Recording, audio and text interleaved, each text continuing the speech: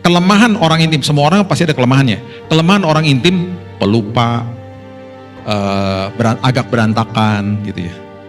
Jadi dulu ya, pas baru-baru nikah, HP kehilangan 5 kali di toilet. Tangisan pertama, kedua saya masih nggak ngerti. Tangisan ketiga saya udah gini, baru nangis gini, hilang di mana lagi di toiletnya. Sampai saya udah tahu tangisan HP hilang gitu ya. Sekarang udah lebih baik lah. Nah, saya ini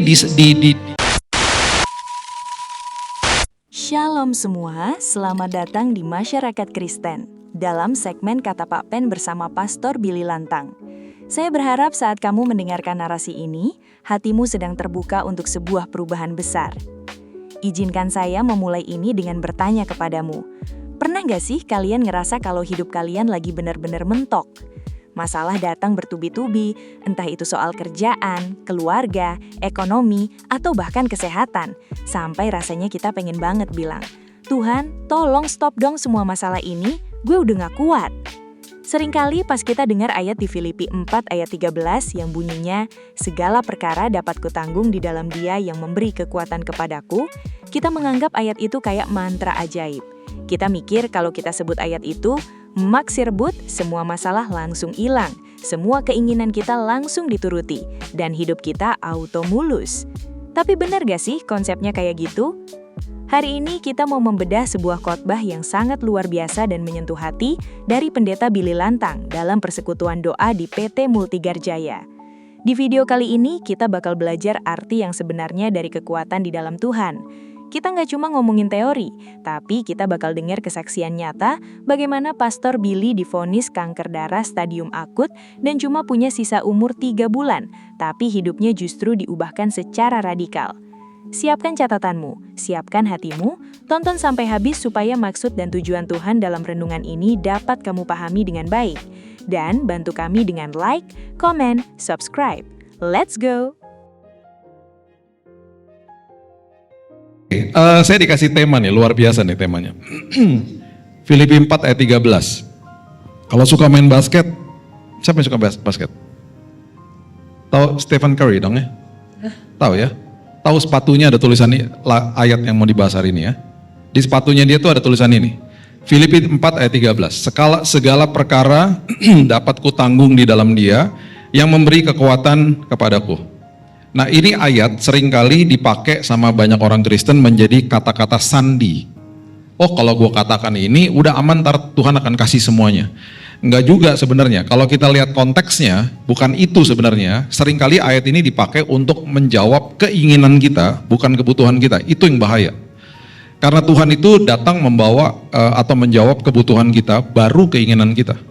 Jadi keinginan pun terkadang tidak dijawab atau tidak dikasih karena bahaya, tidak terregulasi sama firman Tuhan.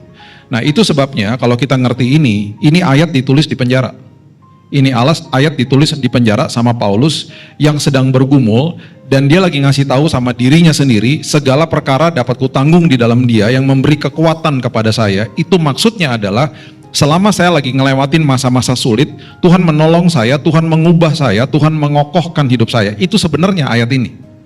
Jadi jangan sampai kalau kita lagi ngelewatin sebuah masalah, kita menginginkan sesuatu yang terjadi, kita kutip ayat ini, kita mutilasi ayat ini, kemudian ketika kita nggak dapat apa yang kita inginkan, kita kecewa sama Tuhan nantinya. Jadi harus diperhatikan konteks ayat ini adalah ketika saya lagi berhadapan sama masalah, ketika saya mengungkapkan ayat ini, itu berarti Tuhan mengubahkan saya, bukan masalahnya loh. Ayo. Jadi masalahnya itu terkadang dibiarin sama Tuhan karena masalah itu adalah sekolah kehidupan. Karena kalau misalnya sampai masalah nih ada ya, kan masalah kalau kita berhadapan sama masalah itu kan berarti atas seizin Tuhan. Kan kita anak, kita ahli waris, kita orang yang punya hak penuh atas semua janji Tuhan. Jadi kalau kita ada berhadapan sama sebuah proses, sebuah apapun dalam hidup ini yang dipenuhi dengan kegelapan di dalam dunia ini, itu atas seizin Tuhan. Bukan Tuhan yang kasih penyakit, bukan yang Tuhan kasih masalah, bukan. Tuhan izinkan supaya terjadi sekolah kehidupan. Di situ kita bisa kutip ayat ini supaya yang berubah bukan masalahnya, yang berubah saya. Itu loh maksudnya. Jadi kalau ayat ini dikutip-kutip untuk menjawab keinginan kita, banyak orang kecewa pasti. Dan itu bukan konteks ayat ini, itu konteksnya ditulis dari penjara. Paulus bilang, saya akan kuat. Segala perkara dapat kutanggung ketika aku di dalam penjara, aku dapat kutanggung segala perkara karena Tuhan yang memberikan kekuatan kepada saya, gitu maksudnya. Di tanggal 10 Desember 2018, saya gubrak di kamar mandi dan ya mungkin Bapak Ibu udah pernah dengar lah kesaksian saya. Saya kena kanker lah. Singkat cerita, saya kena kanker darah yang paling akut dan paling bahaya, dan saya cuma divonis sama dokter 3 bulan. Yang mengerikan adalah di kalangan teman-teman saya, di kalangan saudara-saudara saya ini adalah orang yang paling nomor 1 jaga pola hidup sehat. Pokoknya di keluarga saya, di teman-teman saya pola hidup sehat, mereka bahkan datang ke saya belajar sama saya. Saya nggak sekolah begituan, cuman karena mereka mau belajar polanya aja gitu. Jadi saya selama dari tahun 2004 sampai tahun yang saya sakit itu, ya sekarang juga masih sih, tapi waktu saya sampai sakit 2019, itu saya nge-gym 5 kali seminggu. Saya ini pelatihnya polisi. Jadi ada pas pampres, ada polisi, itu saya latih free ya, by the way free. Sekarang udah gak ngelatih lagi, tadinya mau ikutan latihan. Boleh gak free Pak? PT mahal, sebulan mahal. Saya bilang sama teman-teman saya, lu latihan sama gua aja gratis, ngapain lu pakai PT udah sama gua aja gitu. Jadi saya ngelatih mereka, udah biasa saya ngelatih mereka, terus udah gitu saya jaga, I eat clean lah, saya makan bersih gitu. Full protein segala macam, bayangin bertahun-tahun. Saya nggak makan gorengan, nggak, ya sekali-sekali ada sih. Salah satu gorengan yang saya paling suka itu adalah donat sebenarnya. Donat is a deep fried ya, you know ya. Dan salah satu donat kesukaan saya itu adalah Dunkin Donuts yang triple chocolate. Tahu nggak? Tahu ya? Itu luar biasa, triple chocolate. Pernah nggak? Ada yang pernah makan nggak? Coba boleh katakan nggak? Yang pernah? 1, 2, nggak banyak loh ya. Karena memang tampangnya dia tampangnya dia jelek. Dari semua Dunkin Donut yang warna-warna dia paling hitam sendiri. Tapi kalau kita cobain dahsyat. Itu gorengan. Jadi saya kalau ketemu sama dia saya agak-agak ada penguasaan diri lah. Saya terakhir tuh di airport di Juanda di Surabaya, saya udah tahu nih, saya mau ke gate 1, di sebelah kiri saya ada Dunkin Donut kan. Jadi saya dalam hati saya gini, udah Bill jalan terus jangan noleh ke kiri. Terus jalan. Itu masalahnya jam 7 pagi, tiba-tiba ada suara begini, Bill kamu gak kangen sama aku gitu. Jadi akhirnya pas lagi jalan gitu saya noleh gitu. Saya noleh kan, salahnya noleh sih. Terus suaranya makin keras gitu, Bill mampir dong ke sini gitu. Jadi akhirnya saya jalan ke dia. Saya cuma dalam hati udahlah lihat-lihatan aja ya gitu ya. Jadi kita lihat-lihatan nih. I miss you. Dia juga ngomong I miss you too Bill gitu. Tiba-tiba suaranya ngomong gini, Bill nih jam berapa? Salahnya saya juga berdiskusi, makanya jangan berdiskusi sama dosa. Jam 7 pagi. Aku baru keluar dari oven loh Bill. Kalau kamu gigit aku nih Nutella di dalam meleleh enak banget loh. Lama-lama pandang-pandangan, Mbak, dua Mbak. Di belakang Mbaknya kan ada mesin espresso, sama espresso sekalian. Ini saya ajarin ya. Gigit tuh triple coklat. Yang anget ya. Meleleh kan, Nutellanya meleleh di mulut kan. Hajar espresso. Itu siapa aja mau telepon gak akan saya angkat telepon. Kecuali istri saya. Iya saya, kenapa saya? Itu luar biasa. Cuman itu kalau kita makan setiap hari kan bahaya lah buat kita lah. Iya kan? Jadi udahlah, pokoknya saya jaga makan segala macam ya. Udah. Nah jeleknya gini, saya ini takut jarum. Jadi istri saya bilang gini, ayolah cek darah gitu. Saya gak mau. Udahlah, saya selalu ngelesnya gini, darah Yesus kan menyucikan, saya bilang gitu. Jadi saya gak pernah cek darah. Jadi ternyata 1 tahun tuh saya udah kena kanker. Saya kena kankernya gara-gara deodoran. Abis ini jangan gak pakai deodoran ya. Karena saya ya. Jadi saya didiagnosa, keluar hasil tesnya, external factor itu adalah deodoran. Jadi saya kalau pakai deodoran saya nggak cocok tubuh saya. Nggak cocoknya sebenarnya udah dikasih warning sama tubuhnya. Kenapa? Gatel. Di ketiak nih gatel selama 2 tahun, cuman saya tetap pakai juga. Dokter bilang gini, kalau bapak gatel itu tubuh udah kasih warning, bapak itu nggak cocok sama deodoran. Jadi kalau tubuhnya gatel pakai produk apapun stop ya bapak ibu ya. Itu artinya tubuhnya lagi kasih penolakan gitu. Saya nggak peduli, saya pakein terus. Itu kan masuk ke dalam darah. Jadi kalau misalnya lagi olahraga, pori-pori kan kebuka. Itu masuk bercampur sama darah, kimianya. Jadi lambat laun dia membentuk sebuah cancerous cell namanya. Nah 85% dari darah saya total cancer semua. Jadi waktu saya gubrak di kamar mandi, jatuh, gejalanya apa Pak? Cuman meriang doang, bayangin coba.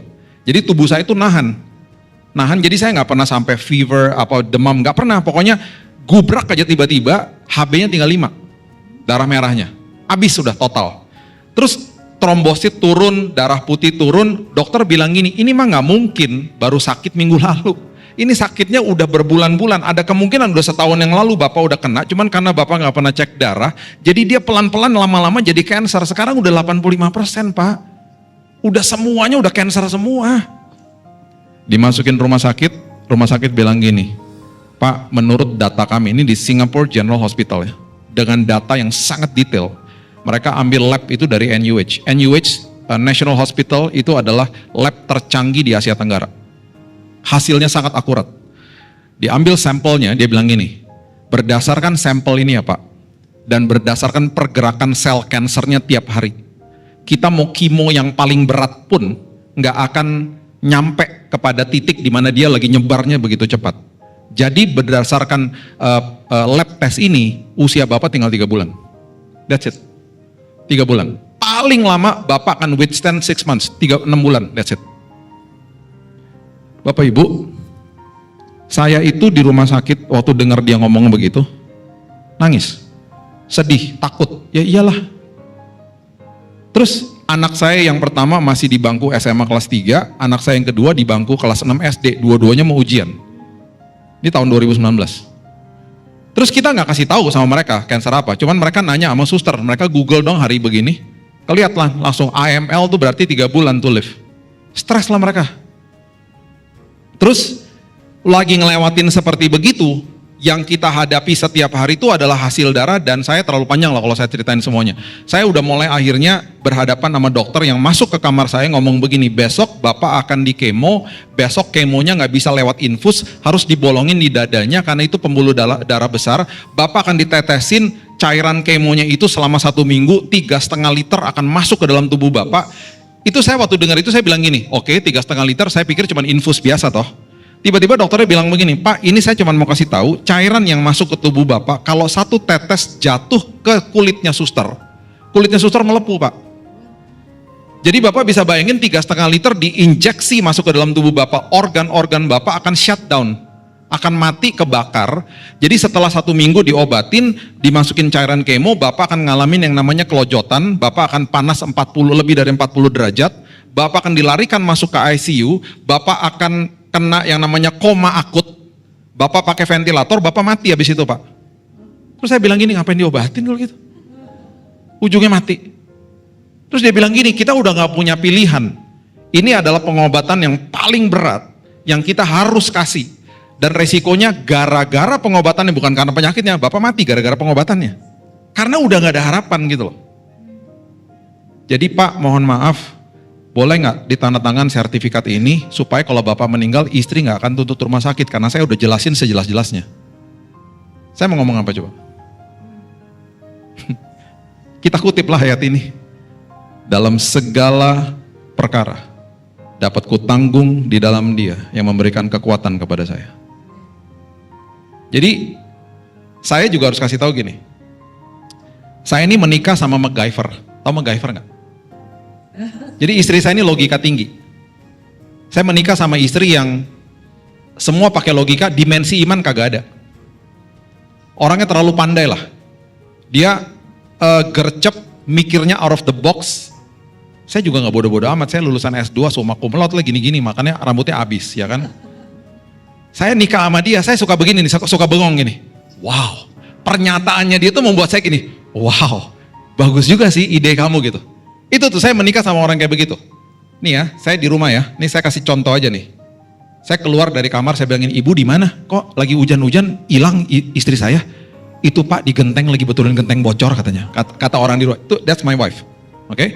Terus tiba-tiba saya tanya lagi satu hari, ibu di mana? Itu Pak di garasi lagi bongkar kipas angin. Kipas angin di rumah rusak. Dibongkar sama dia. Dibongkar udah jadi pretelan kecil-kecil, onderdil kecil-kecil. Saya bilang gini, itu ngapain sih? Betulin. Emang kamu tahu caranya? YouTube. Nih lihat nih YouTube nih ada jenis kipas angin, cara betulin gini, aku ikutin aja. Nanti masaknya gimana? YouTube katanya.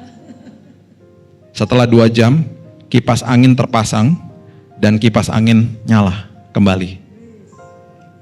Besoknya rusak lagi sih. Dan harus dibetulin. Tapi sempat nyala loh. Kan hebat kan? Nih ya, otak sama dimensi luar biasa kan? Oke. 2018, asuransinya saya ditutup sama dia. Karena dia bilang ini, sayang ada polis lebih bagus katanya gitu. Oh ya udah bukain aja ya. Saya kan kasih tanggung jawab sama dia, saya nggak ikut-ikutan. Sama dia diem-diem, polis yang lama ditutup. Kalau kita buka polis baru kan ada masa tunggu toh, 90 hari. Harusnya selama 90 hari tidak ada coverage, tidak ada perlindungan dari yang baru, yang lama dibuka aja terus. Supaya dari yang lama kalau ada apa-apa tetap ada perlindungan toh. Sama dia ditutup, karena dia mikir gini, Billy mah gak pernah sakit, udah tenang aja aman, mau save uang katanya. Ditutup yang lama. Jadi selama 90 hari saya gak ada perlindungan. Di hari ke-76, saya gubrak di kamar mandi itu yang saya bilang tadi itu tuh hari ke-76. Sampai dia masuk kamar, dia berdoanya gini, Tuhan, kalau Billy sakit kenapa gak 14 hari lagi? Kalau 14 hari lagi kan ke cover Tuhan. Saya bilang gini, ya jangan gitu juga kali doanya. Itu ya, di saat itu dia merasa dia menjadi orang yang paling bodoh di dunia. Yang biasanya dia tuh gercep, semua pakai logika, semua pakai dan berhasil memang. Di saat itu Tuhan lagi kasih tahu sama dia, segala perkara dapat kutanggung di dalam dia, bukan pakai kekuatan kamu. Dia mentok sementok-mentoknya, dia nangis senangis-nangisnya. Saya nggak pernah dengar istri saya berdoa seperti dia berdoa di kamar rumah sakit. Oke? Dia diubahkan Tuhan selama perjalanan itu. Saya diubahkan Tuhan. Kedua anak saya diubahkan Tuhan. Singkat cerita, saya ngalamin yang namanya kelojotan, yang dibilang mau masuk ICU, hampir masuk ICU, tapi nggak pernah. Setiap kali udah matanya putih ke belakang, udah pingsan lah istilahnya. Udah nggak inget apa-apa. Nih ya terakhir ya, saya 41 derajat, badan udah goyang-goyang begini, terus matanya ke belakang dan pingsan. Istri saya teriak di samping saya, Bill, Mazmur 91. Saya bilang gini, mana gue ingat Mazmur 91. Gue udah mau pingsan. Tapi itu rupanya kayak Mazmur 91 kayak di download gitu loh sama dia ke dalam hidup saya. Itu ya, dokter udah lihat, udah pasangin alat, itu tempat tidur mau ditarik ICU. Tuhan bangkitin saya. Bangkit. Panasnya turun dari 41, 37. Saya minta makan, saya minta minum. Setiap kali udah mau ditarik masuk ICU, tidak pernah terjadi. Tuhan luputkan selalu. Dan dalam kondisi yang paling kritis, di saat-saat itu, Tuhan luputkan saat itu. Dalam hitungan 1 bulan, Januari saya dirawat, divonis mati 3 bulan. Kadar kankernya 85%. Di bulan Februari, dicek bone marrow. Bone marrow itu berarti dicek kalau cek darah, kalau kanker darah itu bukan di sini, di belakang. Jadi waktu dimasukin jarum, waktu dia betul jarum gede Pak, betul. Waktu dia masuk ke dalam daging, itu ada anestesi. Waktu jarumnya masuk ke dalam tulang, mana ada anestesi. Menjerit saya. Sakitnya luar biasa. Itu sampel, itu pabrik darah di situ diambil sampelnya. Di bulan Februari, dokternya nggak masuk ke kamar saya. Saya dipanggil masuk ke kamar dia dalam kondisi yang sangat lemah, pakai kursi roda. Saya dalam hati gini, aduh Tuhan, apa lagi sih Tuhan? Kondisi saya makin buruk nih, pasti saya udah ngomong gitu dalam hati. Saya sama istri saya duduk di depannya dia. Dia bukan orang percaya. Dia ketua hematologi. Dia lihat di komputernya, dia lihat saya. Saya dalam hati, aduh Tuhan, nyebar kemana-mana nih udah. Tiba-tiba dia ngomong gini, saya panggil Bapak ke sini karena saya mau secara resmi ngasih tahu bahwa kami atas nama 10 tim dokter yang ada di sini, berdasarkan hasil tes yang barusan keluar, saya mau menyatakan dengan langsung di kamar saya bahwa kadar kankernya 0% hari ini. Hilang. Saya bengong dong, saya bilang gini, nggak ada sisa 5% gitu, 10%. Saya sampai nggak percaya, saya nggak ada sisanya. Enggak, ini bahasanya dia, you are completely clean, bersih.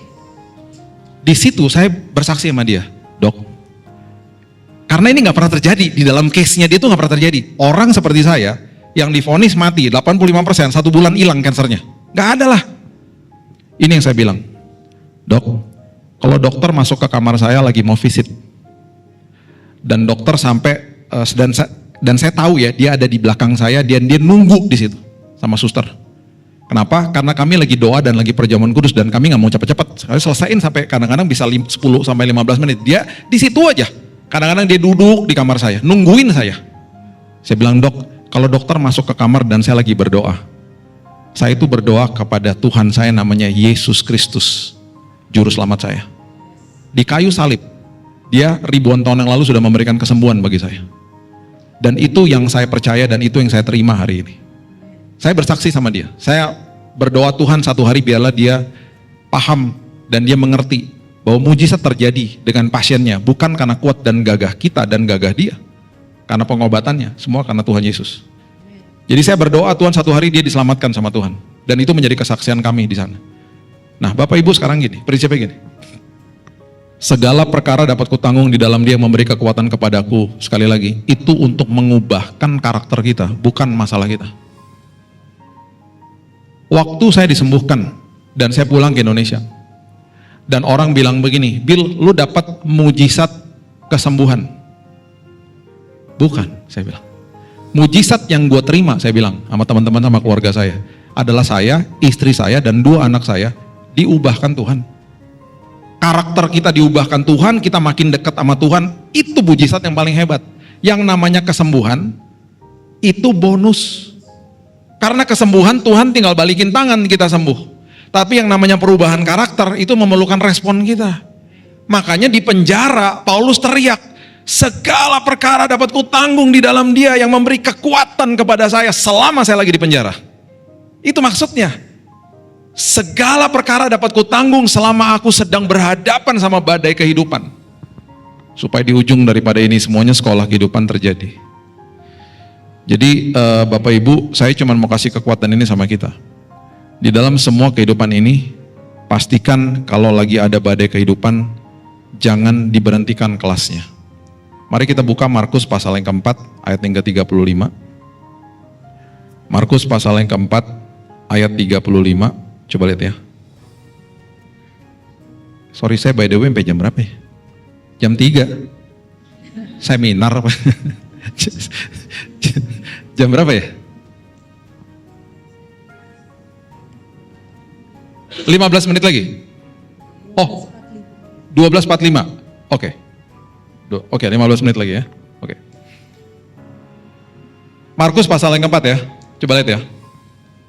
Pada hari itu, waktu hari sudah petang, Yesus berkata kepada mereka, marilah kita bertolak ke seberang.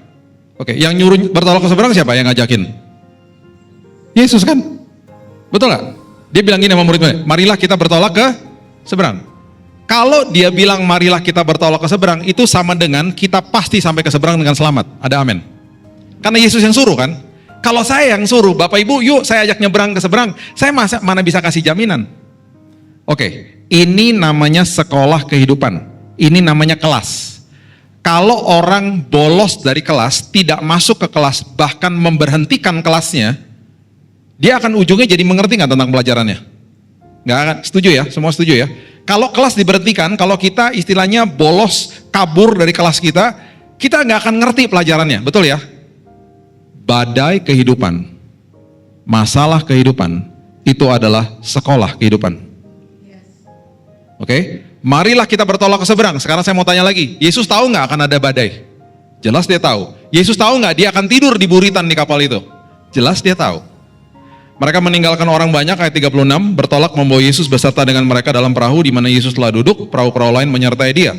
Lalu kelasnya dimulai. Lalu mengamuklah taufan yang sangat dahsyat, ombak menyembur masuk ke dalam perahu sehingga perahu mulai penuh dengan air. Ombak menyembur masuk sehingga perahu mulai penuh dengan air, itu kelasnya. Kelas untuk mengatasi ketakutan. Karena mereka nggak tahan, bagi mereka ini kelas terlalu susah. Pada waktu itu Yesus sedang tidur di buritan di sebuah tilam. Harusnya jangan dibangunin. Harusnya jangan dibangunin. Kan dia udah bilang, marilah kita bertolak ke seberang. Artinya kita pasti sampai ke seberang dengan selamat, walaupun ombak menyembur masuk. Yesus ada di dalam perahu kehidupan kita, ngapain dibangunin? Dia beserta dengan kita, titik, itu sekolah kehidupannya. Mereka ketakutan, maka murid-muridnya membangunkan dia dan berkata kepada dia, ironisnya pakai kata ini lagi, Guru, engkau tidak peduli kalau kita binasa. Dengan kata lain mereka ngomong gini, Guru, berhentikan kelasnya. Karena terlalu susah kelasnya. Stop the class, kami gak mau belajar, kami mau udahan sekarang. Ia pun bangun, menghardik angin itu, berkata kepada danau itu, diam, tenanglah. Angin jadi reda, danau menjadi teduh sekali. Oke, diberhentikan nama Yesus kelasnya atas permintaan muridnya. Sekarang saya mau kasih tahu gini, kalau dia setuju bahwa murid-muridnya memberhentikan kelasnya, ayat berikutnya akan ngomong begini, makasih ya guys udah bangunin saya, hampir kita mati bareng. Betul atau betul? Kalau dia setuju ya. Kalau dia setuju begini, aduh makasih ya kamu udah bangunin saya, kalau enggak kamu gak bangunin saya mana tahu ada badai, kita pasti udah tenggelam bareng nih sekarang. Dia gak pernah ngomong gitu, karena memang dia gak setuju. Ayat berikutnya adalah ayat yang nempeleng banget, karena dia ngomong begini, mengapa kamu begitu takut? Dan kalimat berikutnya dikatakan begini, kenapa kamu tidak percaya? Atau dengan kata lain, kenapa kamu berhentikan kelasnya? Karena kelasnya diberhentikan. Karena kelasnya diberhentikan sama mereka yang minta. Yang saya katakan tadi, kalau kelas diberhentikan, kita kabur dari sekolah, kita nggak ikutin pelajarannya, kita makin nggak ngerti toh. Coba lihat ayat 41. Mereka menjadi sangat takut, udah takut, makin takut. Dan berkata seorang kepada yang lain, siapa gerangan orang ini sehingga angin dan danau pun taat kepadanya. Udah takut, makin takut. Dan mereka akhirnya tidak ngerti dan nggak pernah ngerti, dan mereka bilang begini, siapa sih gerangan orang ini? Karena kelasnya nggak pernah selesai. Oke, sekarang perbandingannya ya. Matius pasalnya yang Matius pasal yang ke-14 ayatnya yang ke-22. Matius 14 ayatnya yang ke-22. Perhatikan kalimat ini. Sesudah itu, Yesus segera memerintahkan murid-muridnya naik ke perahu mendahuluinya ke seberang. Sementara itu ia menyuruh orang banyak pulang. Yang suruh pergi ke seberang siapa? Yesus. Sekolah kehidupan dimulai lagi. Dia memang gak ikutan, belum ikutan. Tapi dia yang suruh. Kalau dia yang suruh pasti kejadian, pasti sampai ke seberang dengan selamat. Walaupun ada badai. Dan setelah orang banyak disuruh pulang, Yesus naik ke atas bukit untuk berdoa seorang diri. Ketika hari sudah mulai malam, ia sendirian di situ. Murid-muridnya sudah beberapa mil jauhnya dari pantai dan diombang-ambingkan gelombang karena angin sakal. Terjadi badai lagi nih, sekolah kehidupan terjadi. Di perikop ini tidak pernah ada dokumentasi murid-murid minta diberhentikan badainya. Nggak ada. Karena badainya nggak pernah minta diberhentikan, karena sekolahnya nggak pernah minta diberhentikan, mereka banyak belajar di dalam peristiwa ini. Bahkan mujizat terjadi di tengah badai, walaupun cuma sebentar. Apa? Petrus sempat jalan di atas air. Sempat. Ketika ya kira-kira jam 3 malam datanglah Yesus kepada mereka berjalan di atas air. Murid-muridnya melihat dia berjalan di atas air, mereka terkejut, berseru, itu hantu, lalu berteriak-teriak karena takut. Ketakutan, kelas takut dihadapi. Takut nih. Yesus berkata, tenang, aku ini, jangan takut. Kelas takut diatasi, nggak pernah diminta loh kelasnya diberhentikan. Petrus mulai berseru, Tuhan apabila engkau suruhlah aku datang kepadamu berjalan di atas air. Yesus bilang apa? Datang. Maka Petrus turun dari perahu dan berjalan di atas air mendapatkan Yesus. Sempat loh. Mujizat terjadi di tengah badai ketika kelasnya tidak diberhentikan. Tetapi ketika dirasanya tiupan angin, takutlah ia, mulai tenggelam, berteriak, Tuhan tolong aku. Yesus mengulurkan tangannya, memegang dia, dikatakan, hai orang kurang percaya, mengapa engkau bimbang? Kelas bimbang diatasi. Kelas takut lewat, kelas bimbang lewat. Gak pernah satu pun daripada murid-murid yang bilang, berhentikan kelasnya, berhentikan badainya, nggak ada. Lalu mereka naik ke perahu, ayat 32, dan angin pun redalah. Atau saya bisa katakan, anginnya reda, badainya reda, karena gurunya yang meredakan. Berarti apa? Gurunya yang bilang, kelas selesai. Paham ya? Bukan murid-muridnya yang minta. Bukan murid-muridnya yang sampai kabur dari proses. Nggak ada pernyataan itu. Gurunya yang bilang, angin reda. Selesai kelasnya. Perhatikan apa yang menjadi akibat daripada ini. Ayatnya yang ke-33. Dan orang-orang yang ada di perahu menyembah dia, katanya, sesungguhnya engkau anak Allah. Kata menyembah di sini adalah proskuneo. Proskuneo itu artinya mengerti siapa yang dia sembah. Siapa sosok yang dia sembah. Makanya kalimat berikutnya dikatakan, sesungguhnya engkau anak Allah. Badai yang satu, kelas yang satu, yang diberhentikan sama murid-muridnya, ujungnya mereka bilang begini, siapakah gerangan orang ini? Tidak ada pengertian. Tidak ada hikmat di balik semua itu. Tetapi yang satu ketika kelasnya diberhentikan sama gurunya, mereka katakan, sesungguhnya engkau anak Allah. Lihat perbedaannya. Makanya kalau ada kelas kehidupan, ada badai, ketika berdoanya segala perkara dapat kutanggung, itu maksudnya untuk mengubahkan saya dan saudara. Supaya kita makin ngerti siapa Tuhan. Supaya kita makin paham siapa Dia. Supaya kita berubah karakter kita. Dan setelah itu baru nanti badainya diselesaikan sama Tuhan. Tuhan tahu kok kita nggak mau di situ. Tuhan tahu kok ketika kita lewatin lembah kekelaman juga kita berteriak.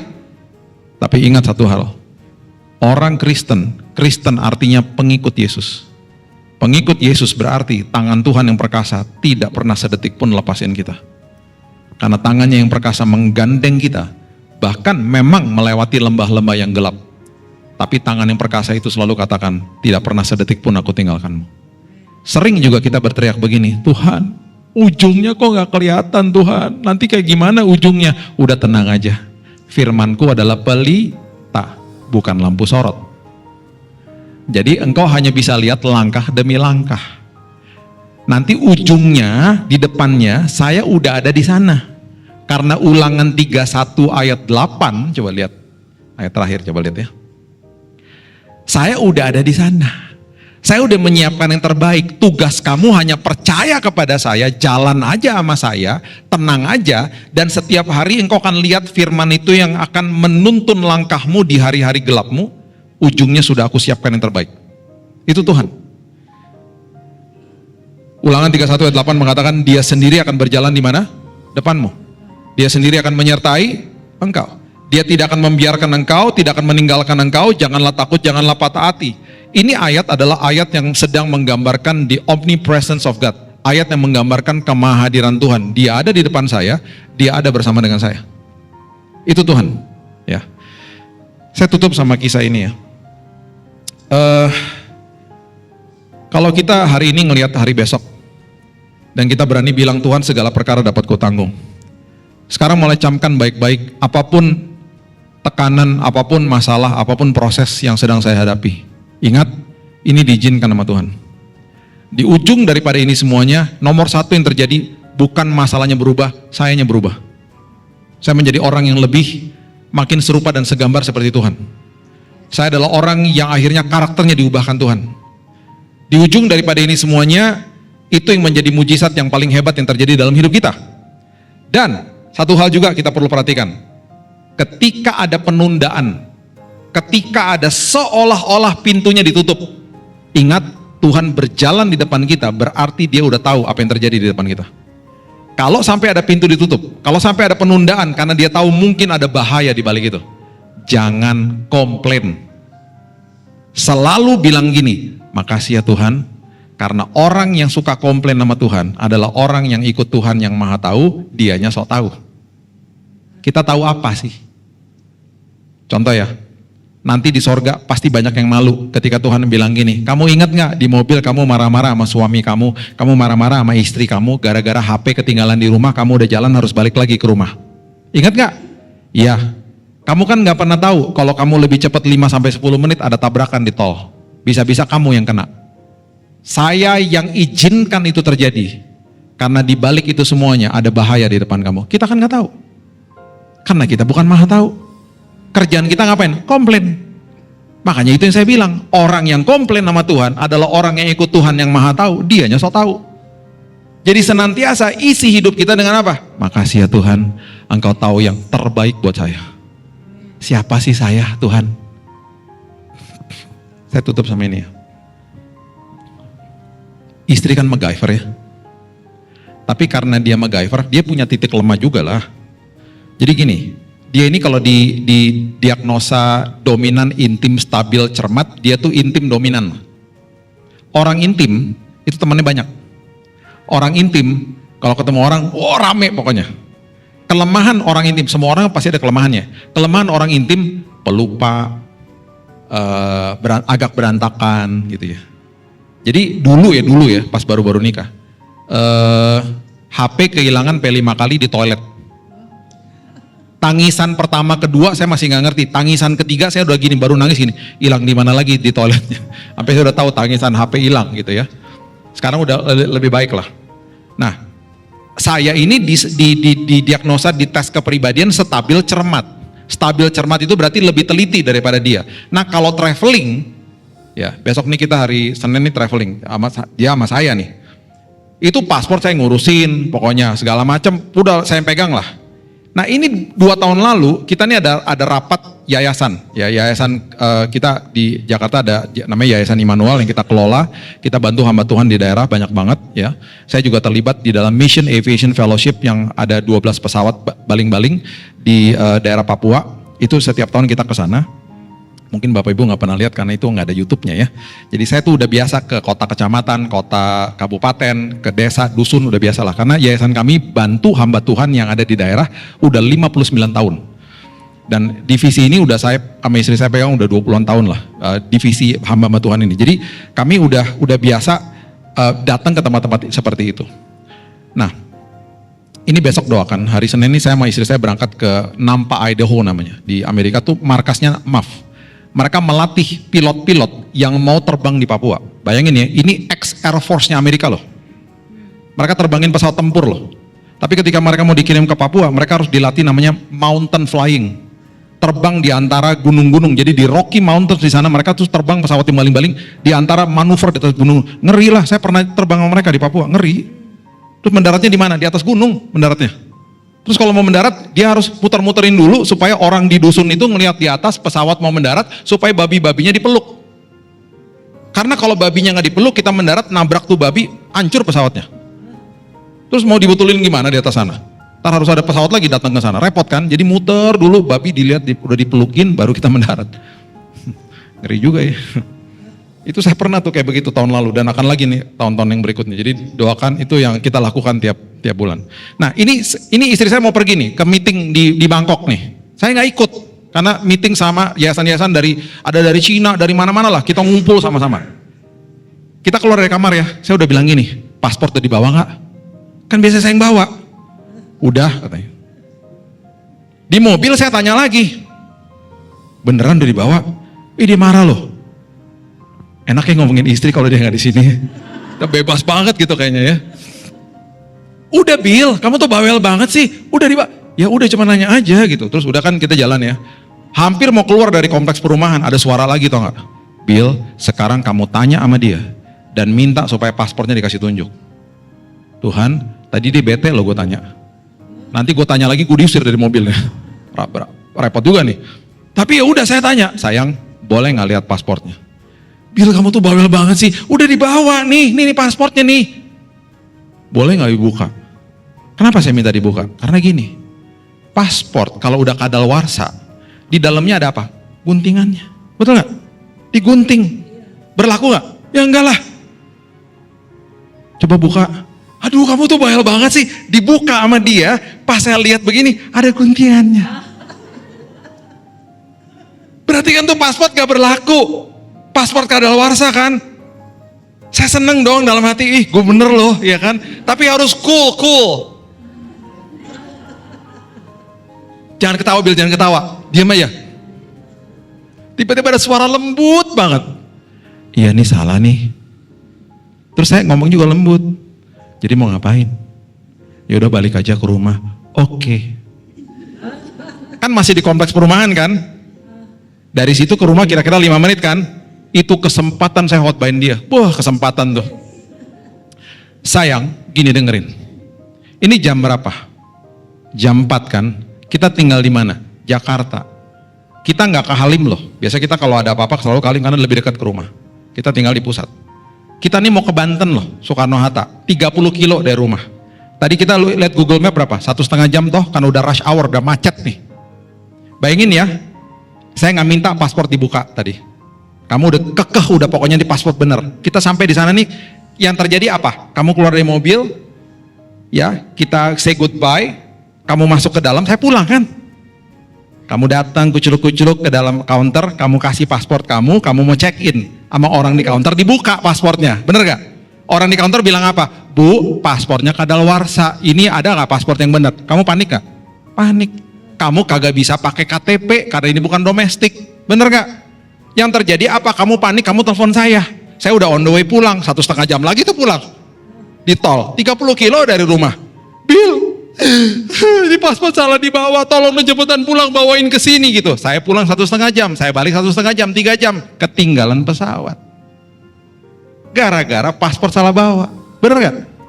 Makanya lain kali dengerin sama suami yang diurapi Tuhan.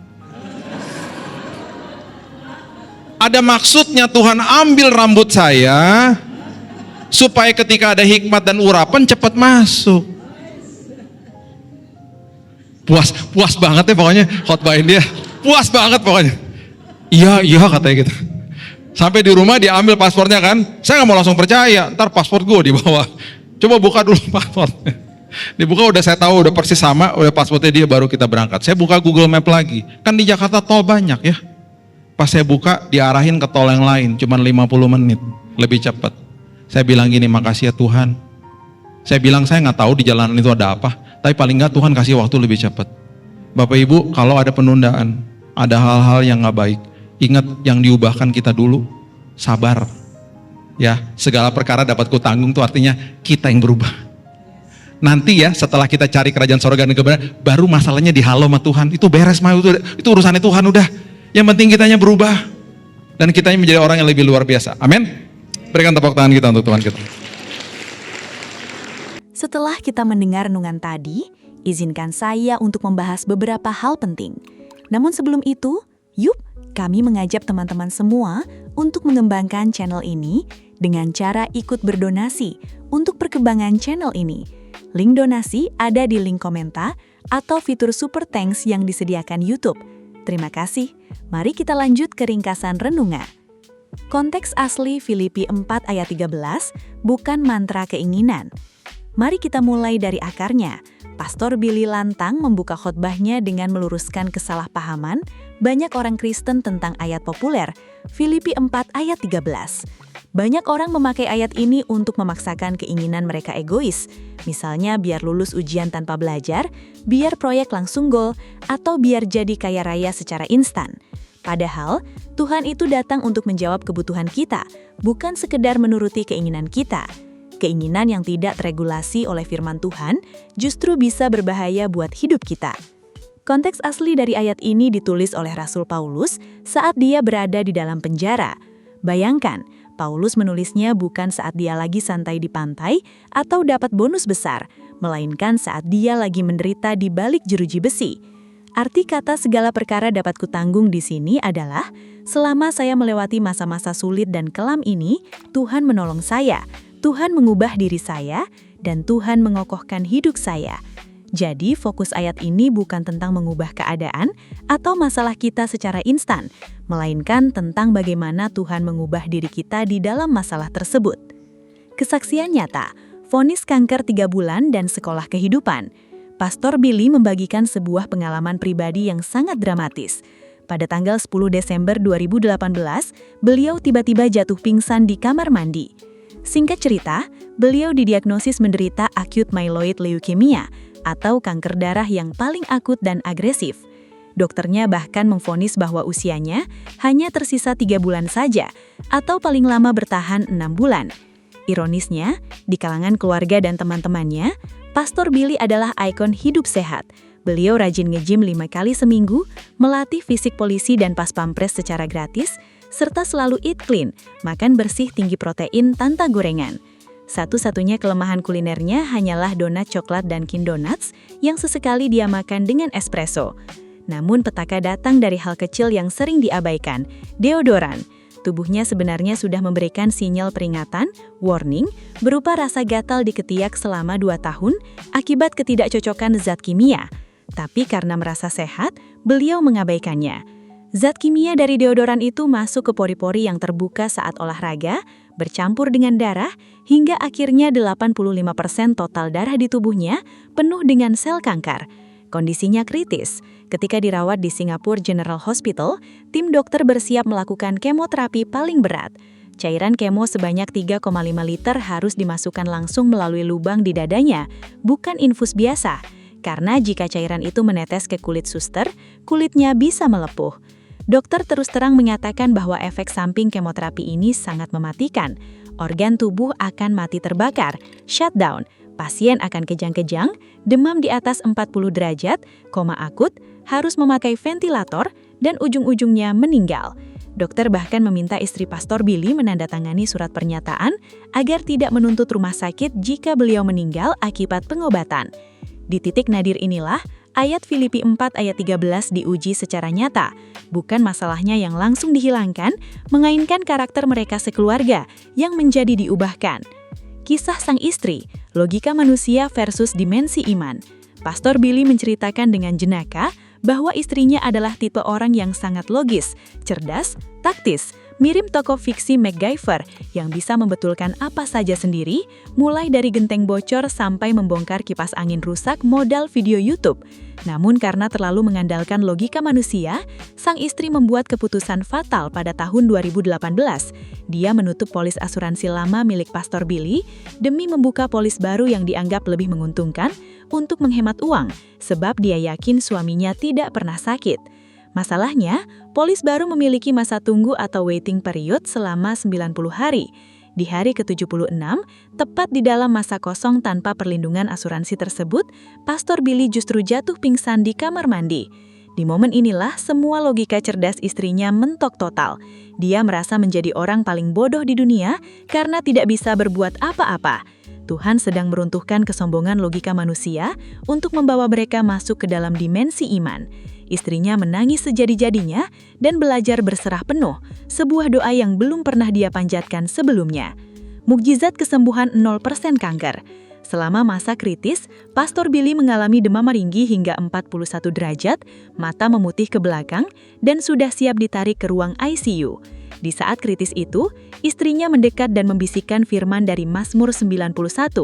Ajaibnya, seolah-olah firman itu langsung di-download ke dalam tubuhnya. Secara medis, beliau harusnya masuk koma, tapi tiba-tiba Tuhan membangkitkannya, demamnya turun drastis menjadi 37 derajat, dan beliau langsung meminta makan dan minum. Tim dokter sampai geleng-geleng kepala. Hanya dalam waktu 1 bulan, tepatnya di bulan Februari, Pastor Billy menjalani tes sumsum tulang belakang yang sangat menyakitkan tanpa anestesi total. Hasil laboratorium tercanggih di Asia Tenggara menyatakan sebuah mukjizat besar. Kadar kankernya menjadi 0%, benar-benar bersih, completely clean. Ketua tim hematologi yang merupakan seorang dokter non-muslim sampai tertegun karena kasus medis seperti ini belum pernah terjadi. Pastor Billy memanfaatkan momen tersebut untuk bersaksi bahwa kesembuhannya terjadi demi kemuliaan nama Yesus Kristus. Beliau menegaskan bahwa mukjizat yang paling besar sebenarnya bukanlah kesembuhan fisik itu sendiri, melainkan transformasi karakter diri beliau, istri dan anak-anaknya yang menjadi semakin dekat dengan Tuhan. Kesembuhan fisik itu hanyalah bonus dari Tuhan. Analogi 2 badai di danau, jangan bubarkan kelas kehidupan. Untuk memperdalam materi, Pastor Billy membawa kita mempelajari 2 kisah badai di dalam kitab Injil yang memiliki respon berbeda dari para murid Yesus. Badai pertama, Markus 4 ayat 35-41, kelas yang dibubarkan murid. Yesus yang mengajak murid-muridnya bertolak ke seberang. Yesus tahu akan ada badai, dan Yesus sengaja tidur di buritan perahu di atas tilam. Ketika taufan mengamuk dan air mulai masuk ke perahu, para murid panik luar biasa.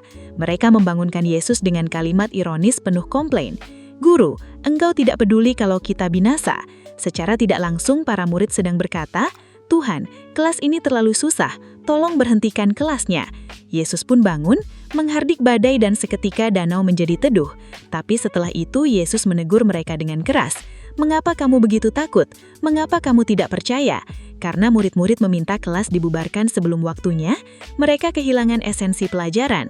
Akibatnya di ayat 41, mereka justru semakin ketakutan dan bingung sambil bertanya, "Siapa gerangan orang ini?"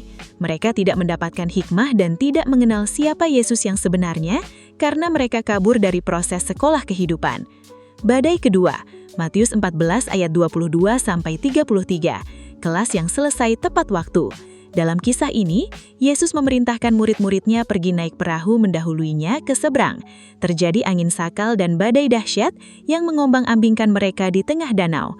Bedanya, kali ini tidak ada catatan bahwa murid-murid meminta badai dihentikan. Mereka bertahan di dalam proses sekolah kehidupan tersebut. Hasilnya, mukjizat luar biasa terjadi di tengah badai. Yesus datang berjalan di atas air. Petrus pun sempat mencicipi berjalan di atas air. Meskipun Petrus sempat bimbang dan mulai tenggelam, Yesus langsung mengulurkan tangannya untuk menolong. Badai baru tedah ketika Yesus naik ke atas perahu. Artinya, sang guru sendiri yang menyatakan bahwa kelas sudah selesai. Akibat dari ketekunan mereka melewati proses, respons para murid di ayat 33 sangat luar biasa. Mereka menyembah Yesus, proskuneo, yang artinya menyembah dengan pengertian penuh, dan berkata, "Sesungguhnya Engkau anak Allah." Mereka mendapatkan pewahyuan dan pengenalan yang mendalam tentang identitas Tuhan karena mereka tidak membubarkan kelas kehidupan. Jangan sok tahu di hadapan Tuhan yang Maha Tahu. Pastor Billy menutup khotbahnya dengan mengingatkan bahaya dari sikap suka mengeluh. Orang yang suka mengeluh kepada Tuhan sebenarnya adalah orang yang sedang bersikap sok tahu di hadapan Tuhan yang Maha Tahu. Tuhan berjalan di depan kita, Ulangan 31 ayat 8. Firman-Nya adalah pelita bagi kaki kita, bukan lampu sorot. Artinya Tuhan menuntun kita langkah demi langkah, bukan memperlihatkan seluruh masa depan sekaligus agar kita belajar percaya. Beliau mencontohkan cerita lucu saat istrinya salah membawa paspor yang sudah kedaluarsa, digunting, ketika hendak rapat ke Bangkok. Pastor Billy digerakkan Tuhan untuk mendesak istrinya memeriksa paspor di tengah jalan. Meski awalnya istrinya mengomel karena merasa suaminya cerewet, begitu paspor dibuka dan terbukti kedaluarsa, sang istri langsung terdiam. Pastor Billy memberikan khotbah di dalam mobil, jika Tuhan tidak mengintervensi, pastornya pasti sudah tertahan di bandara, tertinggal pesawat, dan membuang waktu berjam-jam dalam kepanikan. Ketika mereka pulang ke rumah untuk mengambil paspor yang benar dan membuka kembali Google Maps, mereka diarahkan ke rute tol lain yang justru 50 menit lebih cepat dan terhindar dari kemacetan parah. Kisah ini membuktikan bahwa penundaan, penutupan pintu atau belokan arah dalam hidup seringkali merupakan cara Tuhan melindungi kita dari bahaya di masa depan yang tidak kita ketahui. Dari pemaparan materi khotbah Pastor Billy Lantang, ada beberapa nilai esensial dan iman Kristen yang bisa kita petik dan terapkan secara konkret dalam kehidupan kita sehari-hari. A. Nilai ketaatan dan ketekunan dalam sekolah kehidupan. Nilai yang didapat, masalah, tantangan, dan penderitaan hidup bukanlah tanda bahwa Tuhan meninggalkan kita. Sebaliknya, itu adalah sekolah kehidupan yang diizinkan Tuhan untuk menguji iman dan mematangkan kedewasaan rohani kita. Masalah ada bukan untuk menghancurkan kita, melainkan untuk mengubahkan karakter kita agar semakin serupa dengan gambarannya. Penerapan sehari-hari. Ketika kita menghadapi situasi sulit di tempat kerja, misalnya tekanan dari atasan, target yang berat, atau konflik dengan rekan kerja, jangan langsung mencari jalan pintas untuk kabur atau mengundurkan diri secara emosional. Ubah doa kita. Jangan lagi berdoa, "Tuhan, hilangkan masalah ini." Tapi berdoalah, "Tuhan, apa yang ingin Engkau ajarkan kepadaku melalui situasi ini? Bentuklah sabar dan integritas dalam diriku." Hadapi prosesnya dengan tekun sampai sang guru yang menyatakan kelas kita selesai. B. Nilai penyerahan diri total, menundukkan logika di bawah iman. Nilai yang didapat, sepandai-pandainya manusia, sekuat-kuatnya kita menjaga kesehatan dan secermat-cermatnya kita merencanakan masa depan dengan logika, kemampuan manusia itu ada batasnya.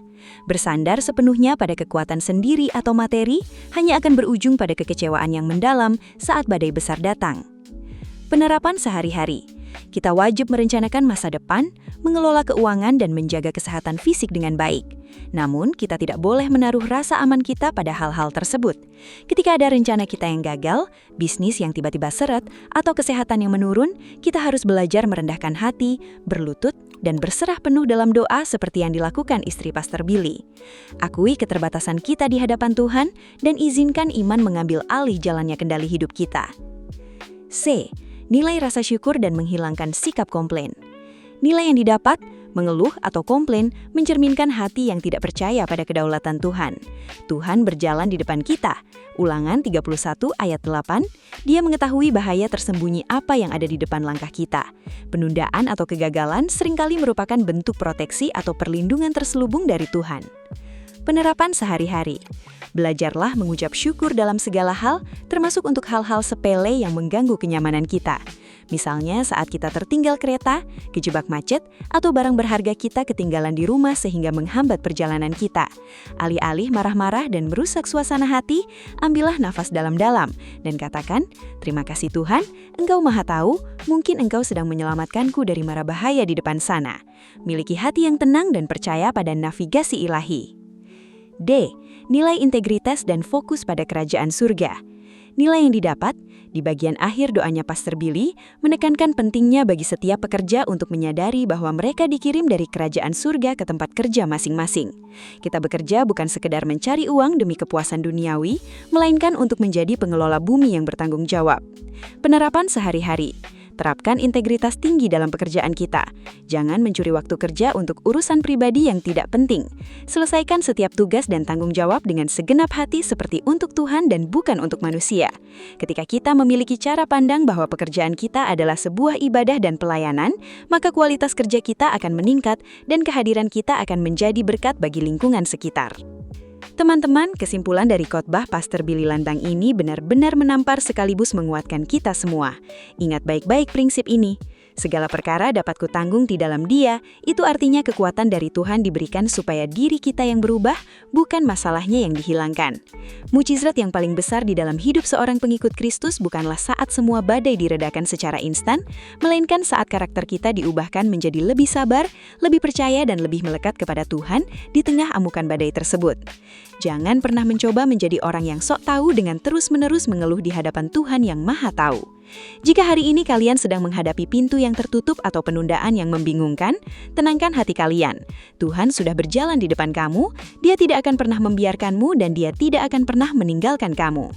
Yuk kita sama-sama belajar untuk tidak mudah menyerah dan tidak gampang minta kelas hidup kita dibubarkan. Biarlah melalui setiap badai yang kita lewati, kita bisa keluar sebagai pribadi yang lebih kuat dan bisa bersaksi dengan penuh pengertian, sesungguhnya Engkau adalah Allah yang hidup di dalam hidupku. Terima kasih banyak buat kalian yang sudah menonton video ini sampai selesai. Kalau kalian merasa diberkati dan mendapatkan kekuatan baru melalui video ini, jangan lupa klik tombol like, share video ini ke keluarga atau teman-teman kalian yang mungkin lagi butuh penguatan, dan pastikan kalian sudah subscribe channel ini serta nyalain lonceng notifikasinya supaya nggak ketinggalan konten-konten rohani bernutrisi lainnya. Sampai jumpa di video berikutnya, tetap kuat, tetap percaya, dan Tuhan Yesus memberkati kita semua.